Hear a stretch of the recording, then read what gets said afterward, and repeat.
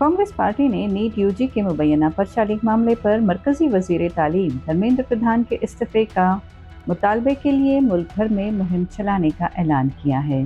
ये मुहिम 30 जून से शुरू होगी और 40 दिन तक जारी रहेगी।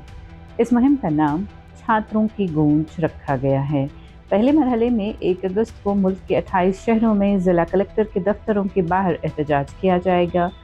मुहिम का इख्तिताम 9 अगस्त को दिल्ली चलो मार्च से होगा। कांग्रेस का कहना है कि इस मुहिम के दौरान 28 शहरों में तलबा से, सरकारी नौकरी के उम्मीदवारों से, कोचिंग सेंटर्स से, कॉलेजेस से और लाइब्रेरियों में लोगों से रब्ता किया जाएगा।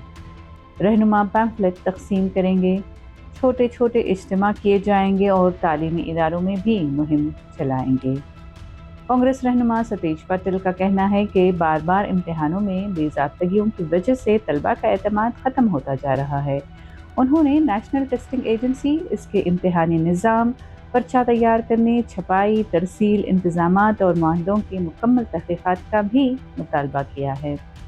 कांग्रेस के रहनुमा राहुल गांधी ने वज़ीर तालीम धर्मेंद्र प्रधान के तलबा को दहशतगर्द कहने वाले बयान पर सख्त तनकीद की है। उन्होंने कहा कि वज़ीर तालीम माफ़ी मांगें और इस्तीफ़ा दें। राहुल गांधी ने एक्स पर लिखा कि हुकूमत से सवाल करने वालों को गद्दार कहना बीजेपी की सियासत है।